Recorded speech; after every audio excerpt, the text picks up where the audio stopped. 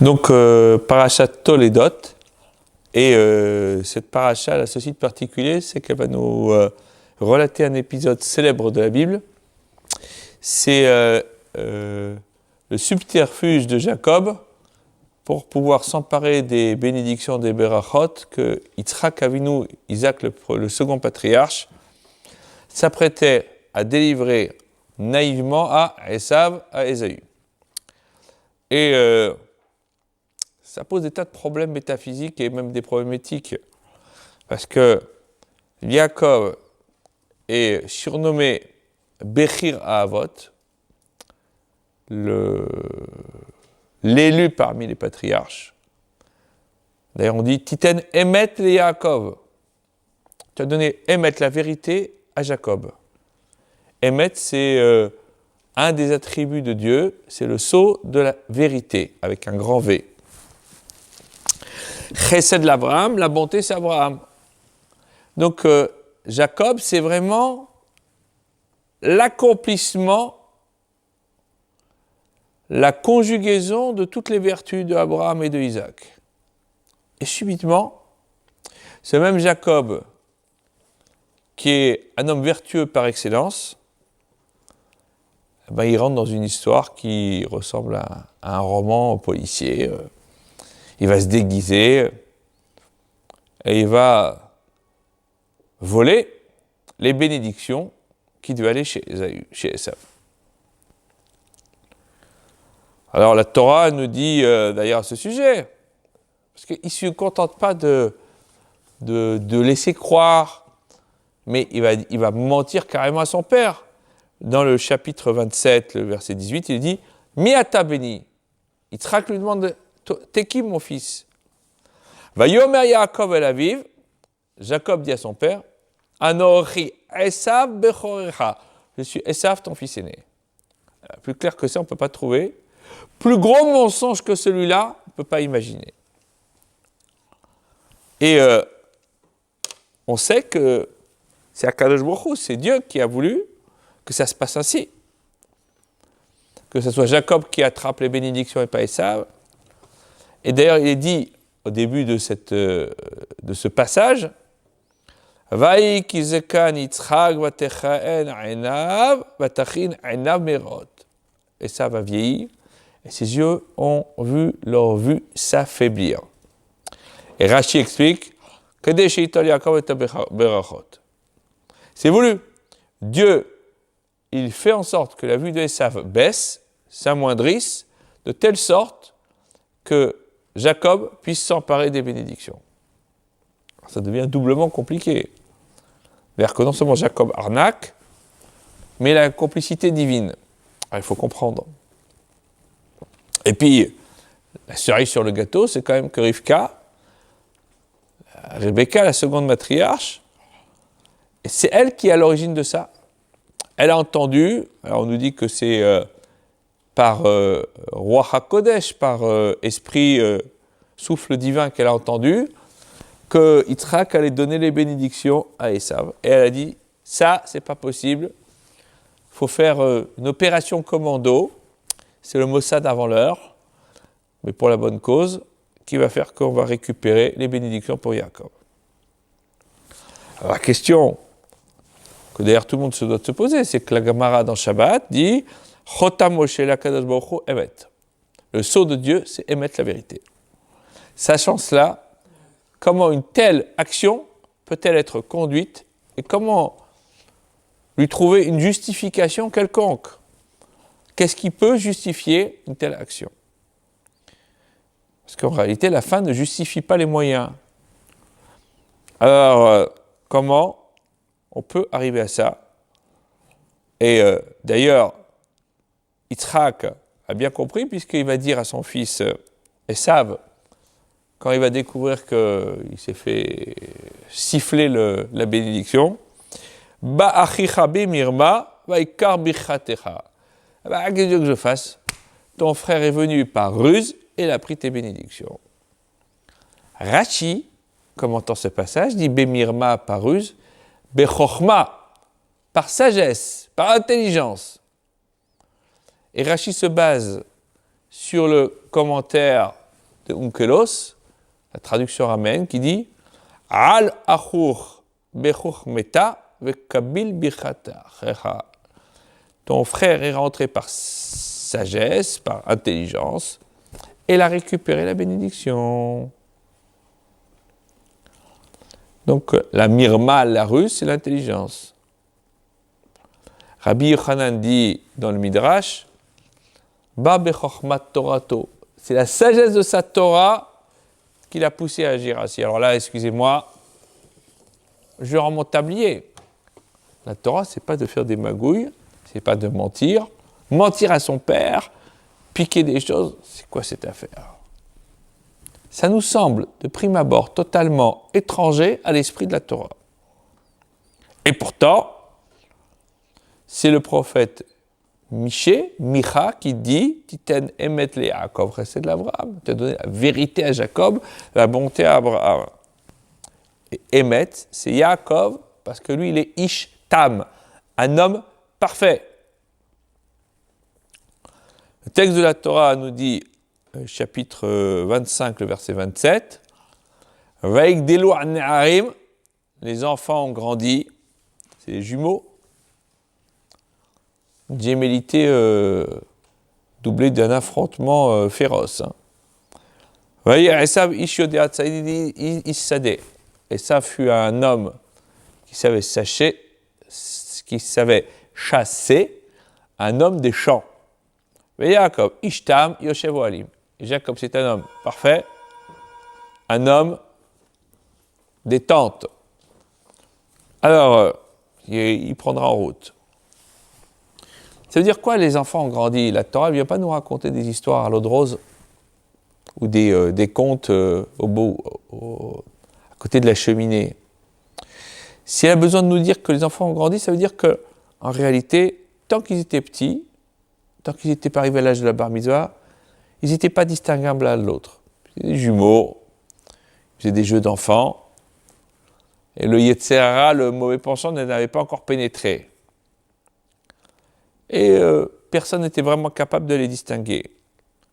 À partir du moment où ils ont eu 13 ans chacun, là, les chemins sont vraiment diamétralement opposés, séparés. L'un a commencé à fréquenter les yeshivot, et l'autre, les maisons d'idolâtrie, plus le reste.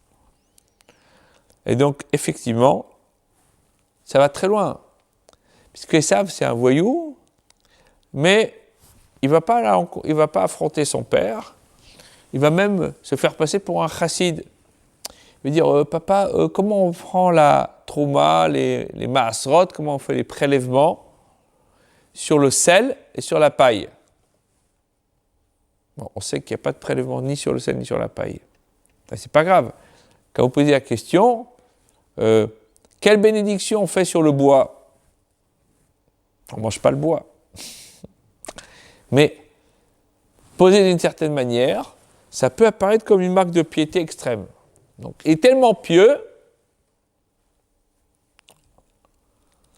qu'il me pose la question, comment on va faire les prélèvements sur le sel et sur la paille? Waouh! Quel fils extraordinaire! Il mérite les bénédictions.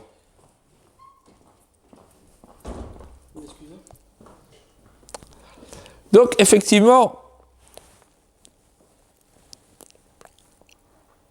et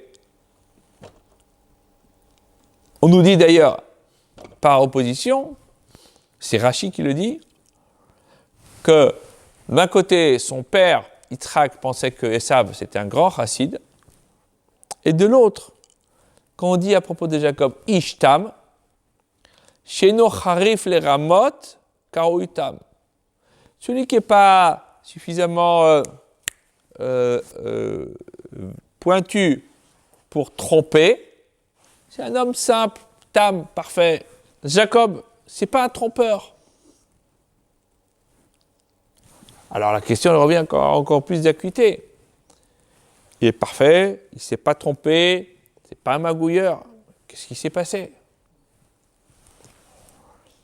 Et c'est Rivka qui va le booster. Il dit, écoute, mon fils, écoute-moi, fais ce que je te dis, c'est important. Pour expliquer cette problématique, le Shmuel Pinchas s'appuie sur notamment le commentaire du Sfat Emet, qui dit la chose suivante, que on apprend de cette histoire que pour acquérir le Emet, la vérité, quelquefois on peut le faire par le biais de tromperie. C'est d'ailleurs ce que disent nos maîtres dans le Talmud, dans le traité Brachot, Eve Aum Be'ira, soit tordu ou trompeur pour acquérir la crainte du ciel. Sous-entendu, soit capable d'être à même d'agir de manière sinueuse, tortueuse, quelquefois, pour acquérir la crainte du ciel. Parce que si ton but c'est d'arriver au émet, à la vérité, le sheker, le mensonge que tu pourras employer, sera permis. Là, alors on est basiquement dans la fin justifiée. Vous avez bien compris, on est basiquement dans le problématique de la fin justifie les moyens, mais on va en parler, parce qu'effectivement, c'est pas aussi simple que ça.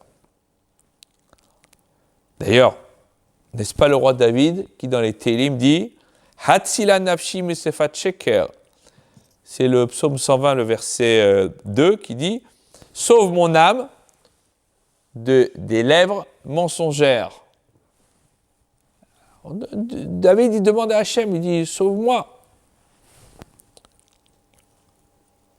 Et d'ailleurs, les Chamim, les sages, appliquent ce verset à Jacob au moment où il a besoin de dire « Je suis Esav ton fils ». Ouais, parce que c'est dramatique pour Jacob. D'être obligé de dire des choses pareilles, il se fait une violence extrême. C'est tout le contraire de sa nature. Lui, il est la vérité absolue, et là, il est en train de dire à son propre père qu'il vénère, pour qu'il ait un respect énorme. C'est justifié d'ailleurs. Je suis Esav ton fils. Il lui manque comme ça, droit dans les yeux. Et c'est à ce sujet que la Gemara dans Yevamot dit qu'on a le droit de changer la vérité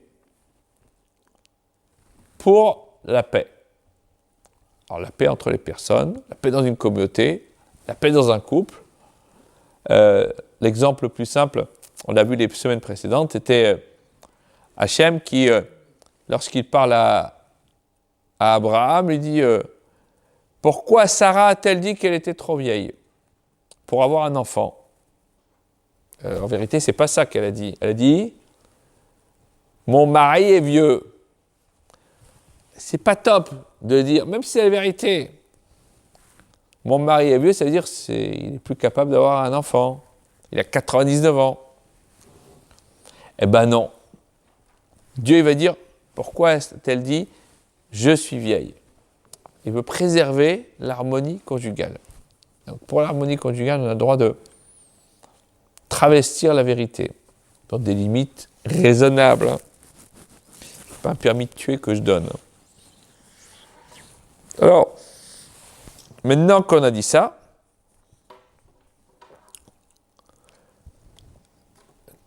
qu'est-ce que dit Yaakov Avinu? Il prie, il dit, ok, j'utilise un sheker, un mensonge, pour une fin bien précise, et fasse mon Dieu que ça ne devienne pas une seconde nature chez moi, et que je ne me laisse pas entraîner sur la pente glissante du mensonge. Parce qu'effectivement, la halakha dit, dans certains cas, tu peux travestir la vérité. le danger, c'est d'y prendre goût et de devenir un menteur professionnel, même sans s'en rendre compte. Le mensonge, c'est quelque chose qui est à nos pieds, à nos portes.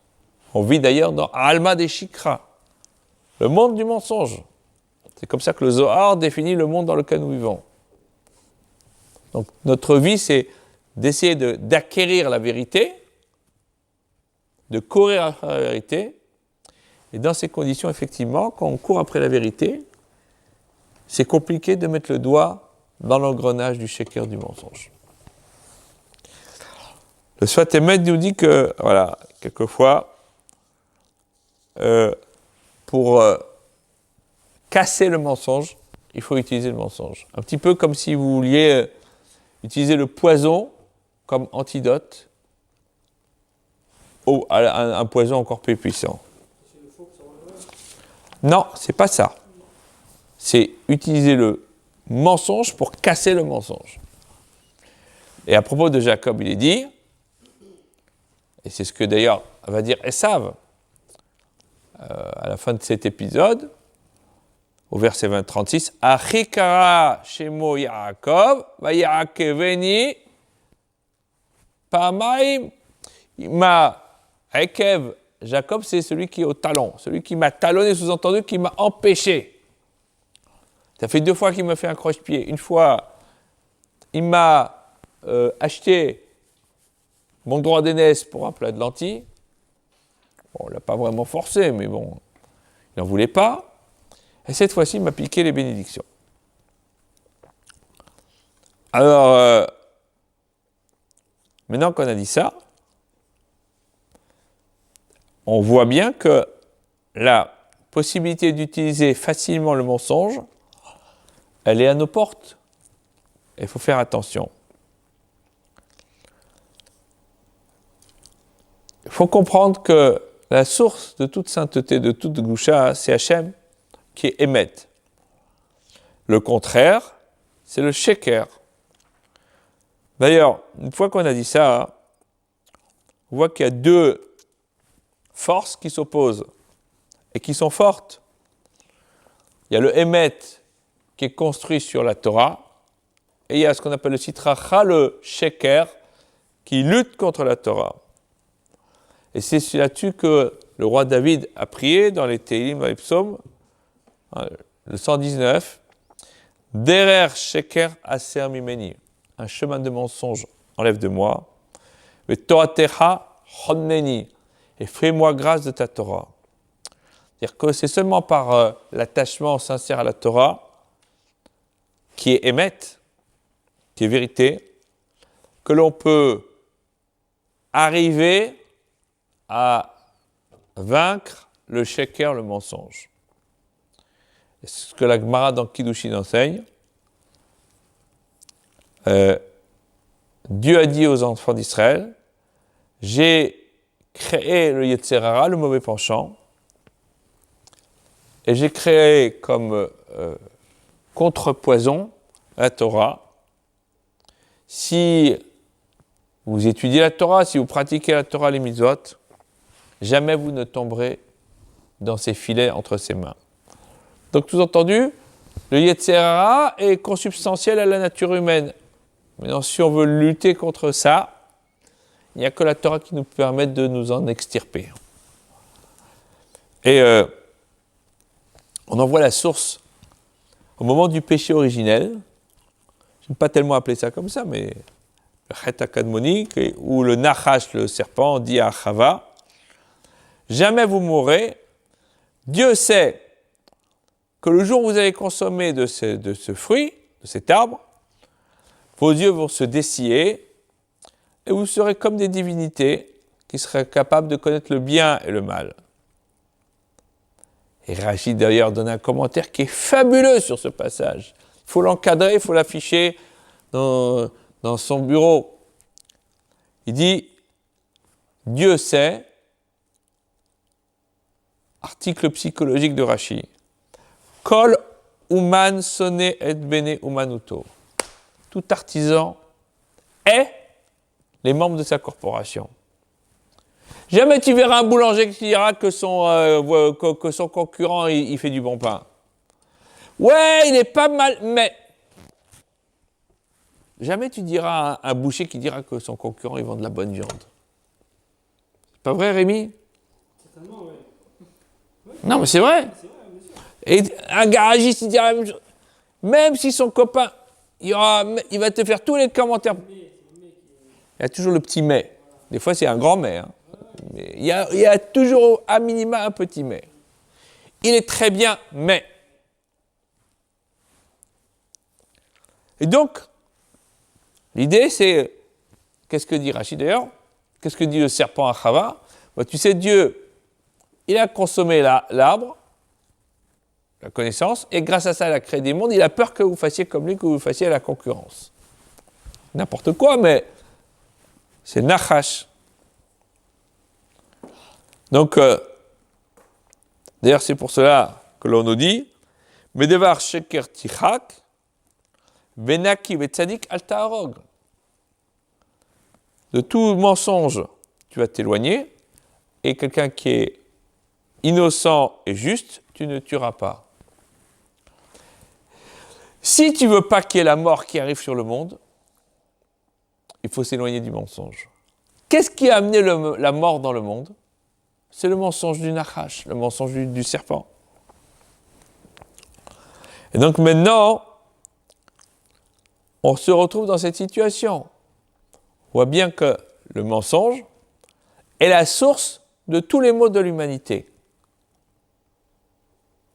Alors on comprend encore moins comment est-ce que Yaakov peut utiliser un mensonge, quand bien même c'est pour la bonne cause, pour lutter contre Esav. Vous vous rappelez ce qu'on a dit?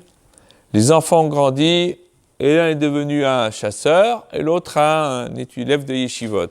Je résume. Et ça, c'était déjà dans le ventre de Rivka. Ce qui a reposé toute son angoisse de mère. Hein. Elle dit, mais qu'est-ce qui va sortir là? Je passe devant la yeshiva de Shem Eber, boum, boum, je veux sortir, je vais étudier la Torah. Je passe devant le temple idolâtre, boum, boum, boum, je vais aller servir les idoles. Il est bipolaire. Qu'est-ce qui lui arrive à ce gosse? On dit non, mais il y en a deux. Un bien et l'autre moins bien. Alors,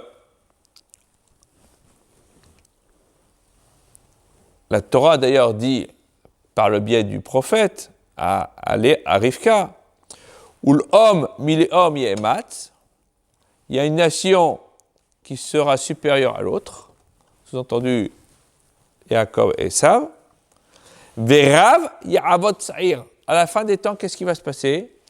L'aîné va servir le plus jeune. Qui est l'aîné?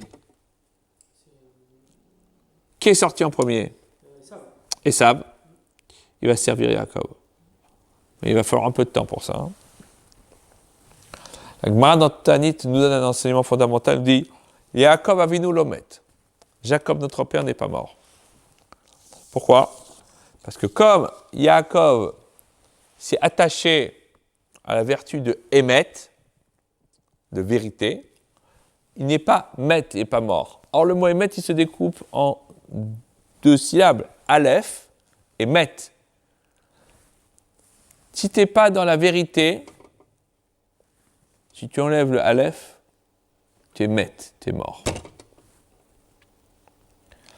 Le simple rajout de la lettre Aleph, on peut dire que l'Aleph, c'est le symbole de l'unicité de Dieu. Et d'ailleurs, on connaît cette assertion de nos maîtres qui disent Kutsha bechuveraita chad'i. Le Saint béni soit-il et la Torah sont uniques. Et Israël aussi est unique. Donc, quelque part, si Jacob n'est pas mort, s'il est toujours vivant encore aujourd'hui, c'est parce qu'il s'est attaché à l'unique, à Hachem, à la Torah.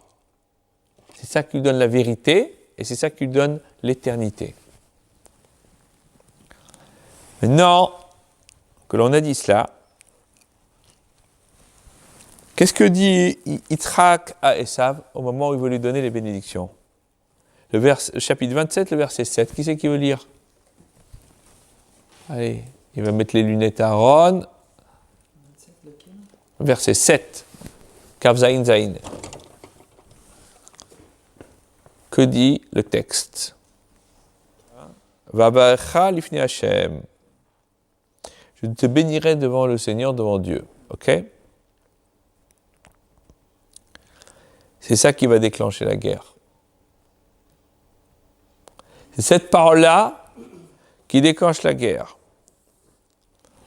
Parce que le Zohar nous dit qu'au moment où Yitzhak a dit à Esav, je te bénirai devant Hachem, ça a remué les cieux. Il aurait simplement dit je te bénirai, ça serait passé comme une lettre à la poste. Devant Hachem. Alors on dit qu'à ce moment-là, tout s'est remué et ça a été la révolution dans le ciel. À ce moment-là, Michael, l'ange, est venu devant Yaakov avec la Shekhinah. Et qu'est-ce qui s'est passé? On a fait comprendre à Yitzhak que Yaakov devait aller au Gan Eden et que Esav devait aller au Gehinam. Et c'est à ce moment-là qu'on a vu que Yitzhak, il a eu une peur terrible quand Esav s'est dévoilé à lui, vous vous rappelez? Et quand il est venu, il dit Vayichad Charada Gedola Ad Meod. Parce qu'il a vu Esav, il ne voyait plus, il était quasiment aveugle. Mais il a vu les portes de l'enfer s'ouvrir devant Esav. Alors là, ça lui a fait un choc. Hein. Mais il a compris que ce qui s'était pas, il a compris en 30 secondes qu'il s'était fait berner et qu'on avait frôlé la catastrophe. Vous vous rappelez que dans les épisodes précédents, pour expliquer les paroles du Zohar, qu'est-ce que Hachem il a dit à Abraham? Ve'eye beracha. Les bénédictions, je te les donne dans tes mains. Jusqu'à présent, c'est moi qui avais les berachot, les bénédictions. Maintenant, moi, Hachem, je te donne les bénédictions à toi, Abraham, libre à toi de les donner à qui tu l'entends. Qu'est-ce qu'il a fait Abraham avant de mourir? Il a donné les berachot à Yitzhak. Qu'est-ce que ça peut à faire Yitzhak? Donner les berachot à Esav. Et alors, en quoi ça nous dérange? En vérité, le fond du problème est le suivant, c'est que Esav, c'est la réincarnation, nous dit le Hari Akadosh, du Nachash Akadmoni, du serpent originel. Et le serpent, il a été maudit par Dieu. C'est quoi le chemin du serpent? C'est de faire un coup d'état, de récupérer les bénédictions de Hachem par Yitzhak et d'annuler donc par là même la malédiction que Dieu lui avait donnée au moment de la faute originelle. C'est une bonne manière de se sortir d'affaire. Et il n'est pas loin de réussir. Et d'ailleurs, c'est ce que dit le Hari, que Yaakov était le Gilgul, la réincarnation et le tikkun de Adam Arishon, du premier âme.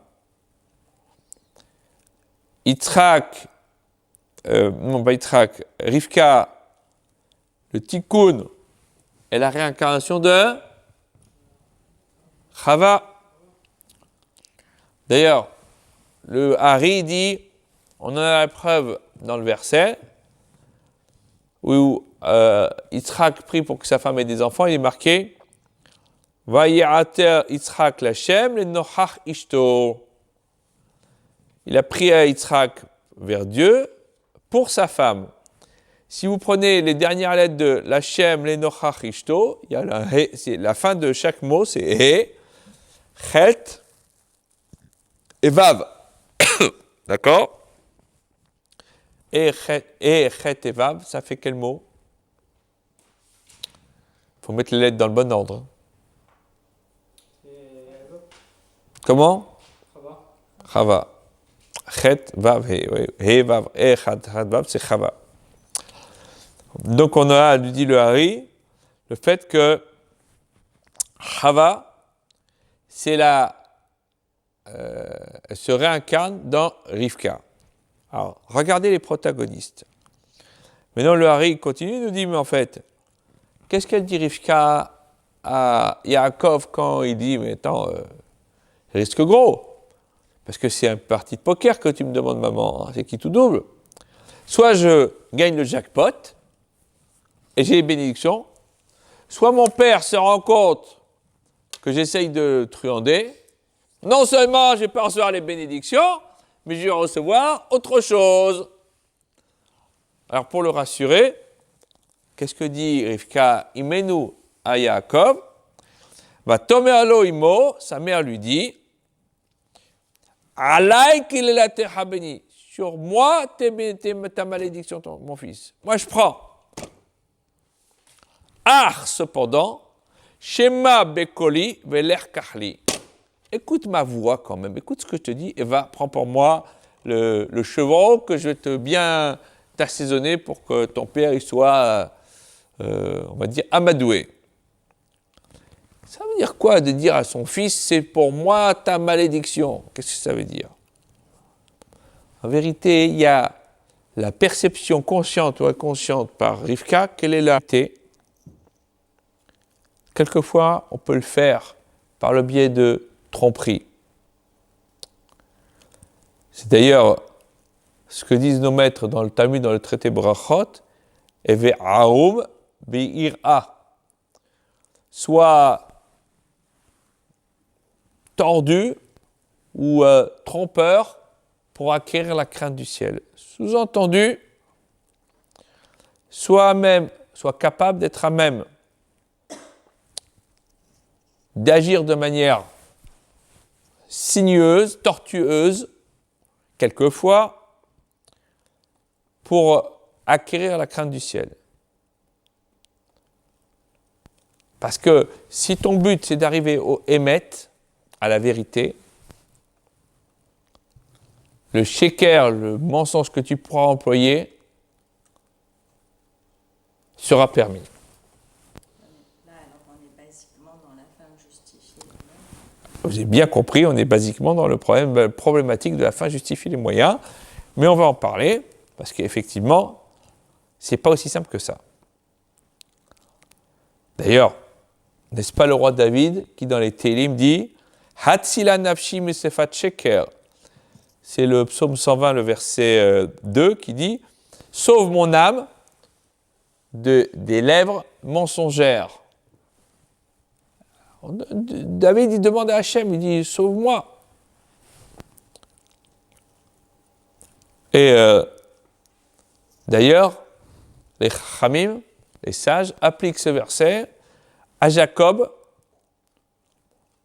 au moment où il a besoin de dire « Je suis Esav ton fils ». Parce que c'est dramatique pour Jacob. D'être obligé de dire des choses pareilles, il se fait une violence extrême. C'est tout le contraire de sa nature.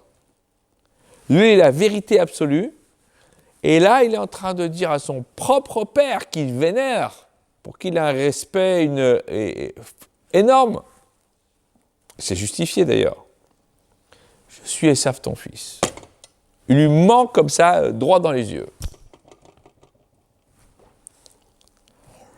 Et c'est à ce sujet que la Gemara dans Yevamot dit qu'on a le droit de changer la vérité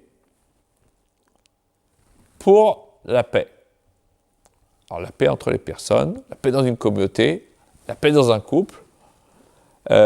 L'exemple le plus simple, on l'a vu les semaines précédentes, c'était Hachem qui, lorsqu'il parle à Abraham, lui dit pourquoi Sarah a-t-elle dit qu'elle était trop vieille pour avoir un enfant? En vérité, c'est pas ça qu'elle a dit. Elle a dit mon mari est vieux. C'est pas top de dire, même si c'est la vérité. Mon mari est vieux, ça veut dire qu'il n'est plus capable d'avoir un enfant. Il a 99 ans. Eh ben non. Dieu il va dire, pourquoi a-t-elle dit « je suis vieille » Il veut préserver l'harmonie conjugale. Donc, pour l'harmonie conjugale, on a le droit de travestir la vérité dans des limites raisonnables. Hein. C'est pas un permis de tuer que je donne. Alors, maintenant qu'on a dit ça,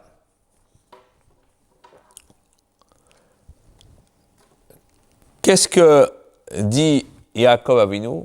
Il prie, il dit, ok, j'utilise un sheker, un mensonge, pour une fin bien précise, et fasse mon Dieu que ça ne devienne pas une seconde nature chez moi, et que je ne me laisse pas entraîner sur la pente glissante du mensonge. Parce qu'effectivement, la halakha dit, dans certains cas, tu peux travestir la vérité. Le danger, c'est d'y prendre goût et de devenir un menteur professionnel, même sans s'en rendre compte. Le mensonge, c'est quelque chose qui est à nos pieds, à nos portes. On vit d'ailleurs dans Alma des Shikra, le monde du mensonge. C'est comme ça que le Zohar définit le monde dans lequel nous vivons.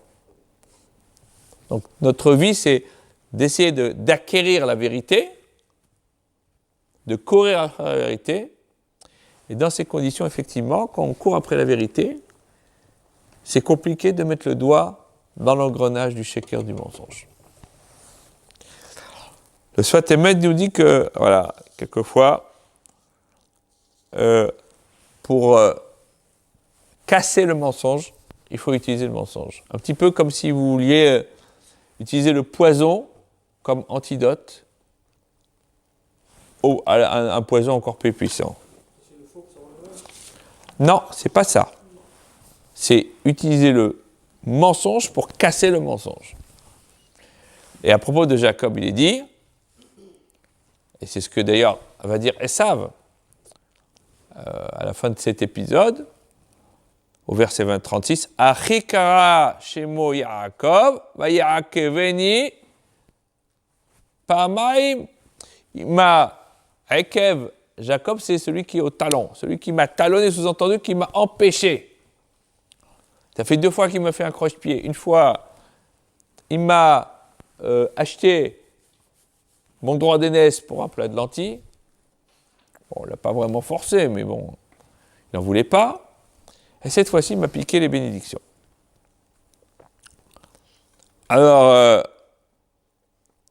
maintenant qu'on a dit ça, on voit bien que la possibilité d'utiliser facilement le mensonge, elle est à nos portes. Il faut faire attention. Il faut comprendre que la source de toute sainteté, de toute goucha, c'est Hachem qui est Emet. Le contraire, c'est le sheker. D'ailleurs, une fois qu'on a dit ça, on voit qu'il y a 2 forces qui s'opposent et qui sont fortes. Il y a le Emet qui est construit sur la Torah et il y a ce qu'on appelle le Sitracha, le Sheker, qui lutte contre la Torah. Et c'est là-dessus que le roi David a prié dans les Tehillim, dans les psaumes, le 119, Derer Sheker Aser Mimeni, un chemin de mensonge enlève de moi, mais Toratecha Chonneni, et fais-moi grâce de ta Torah. C'est-à-dire que c'est seulement par l'attachement sincère à la Torah, qui est émet, qui est vérité, que l'on peut arriver à vaincre le sheker, le mensonge. Et c'est ce que la Gemara dans Kiddushin enseigne. Dieu a dit aux enfants d'Israël, j'ai créé le Yetzer Hara, le mauvais penchant, et j'ai créé comme contrepoison la Torah. Si vous étudiez la Torah, si vous pratiquez la Torah, les mitzvot, jamais vous ne tomberez dans ces filets entre ses mains. Donc, sous-entendu, le Yetzer Hara est consubstantiel à la nature humaine. Maintenant, si on veut lutter contre ça, il n'y a que la Torah qui nous permet de nous en extirper. Et on en voit la source au moment du péché originel. Je n'aime pas tellement appeler ça comme ça, mais le Chet HaKadmoni, où le Nachash, le serpent, dit à Chava, « Jamais vous mourrez. Dieu sait que le jour où vous allez consommer de ce fruit, de cet arbre, vos yeux vont se dessiller et vous serez comme des divinités qui seraient capables de connaître le bien et le mal. » Et Rashi d'ailleurs donne un commentaire qui est fabuleux sur ce passage. Il faut l'encadrer, il faut l'afficher dans son bureau. Il dit, Dieu sait, article psychologique de Rashi, Kol uman sone et bene umanuto. Tout artisan est les membres de sa corporation. Jamais tu verras un boulanger qui dira que son concurrent il fait du bon pain. Ouais, il est pas mal, mais jamais tu diras un boucher qui dira que son concurrent il vend de la bonne viande. C'est pas vrai, Rémi? Certainement, oui. Ouais. Non, mais c'est vrai. C'est vrai, bien sûr. Et un garagiste il dira la même chose.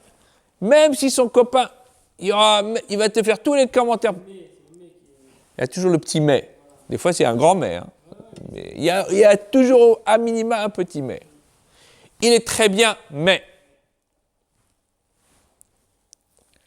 Et donc, l'idée, c'est, qu'est-ce que dit Rashi d'ailleurs? Qu'est-ce que dit le serpent à Chava? Tu sais, Dieu, il a consommé l'arbre, la connaissance, et grâce à ça, il a créé des mondes. Il a peur que vous fassiez comme lui, que vous fassiez la concurrence.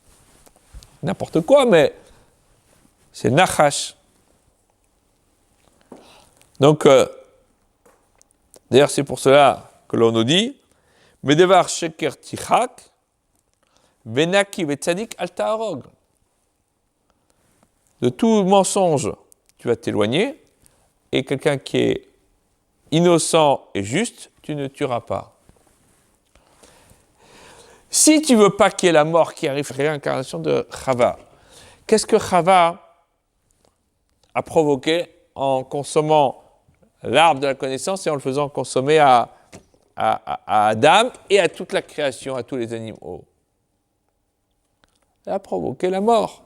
Elle a provoqué la malédiction dans le monde. Donc, elle a dit, c'est déjà fait. Et donc,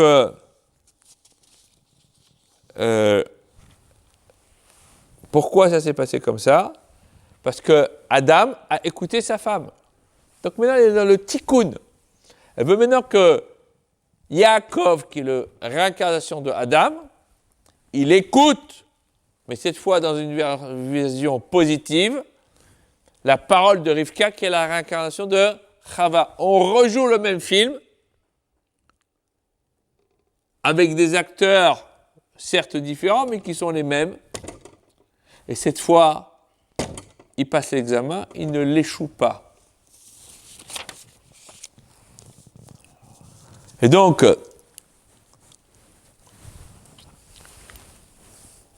on répare. Parce que qu'est-ce que Dieu dit à Adam après la consommation? Ou l'Adam Amar à Dieu et à Adam, il a dit Kishama'ata l'école ishteha, comme tu as écouté la voix de ta femme, Vatohal mina'et asher tiviticha, les morts, l'otohal mimeno. Et tu l'as écouté, tu as mangé le fruit, l'arbre dont je t'ai dit il ne faut pas consommer. Arora Adama Baocha. La terre sera maudite à cause de toi. Donc il faut réparer ces clalotes et malédictions qui sont inhérentes à la faute originelle. Et tu as écouté la parole de ta femme. Qu'est-ce que Rivka dit à Yaakov? Ah, cependant, sous-entendu, cette fois-ci, écoute-moi, mais tu verras que cette fois-ci, ce ne sera pas une malédiction, ça va être une bénédiction qui va en ressortir. Et donc, il y a le triptyque qui se forme à nos yeux. Esav, c'est le Nachash, c'est le serpent. Rivka, c'est le Gilgul, la réincarnation de Chava. Et Jacob, c'est le Gilgul, la réincarnation de Adam Arishon, du premier homme. Il rejoue le même film, mais cette fois, il passe l'examen. Alors, maintenant, on n'a quand même pas résolu totalement toute la problématique. En vérité,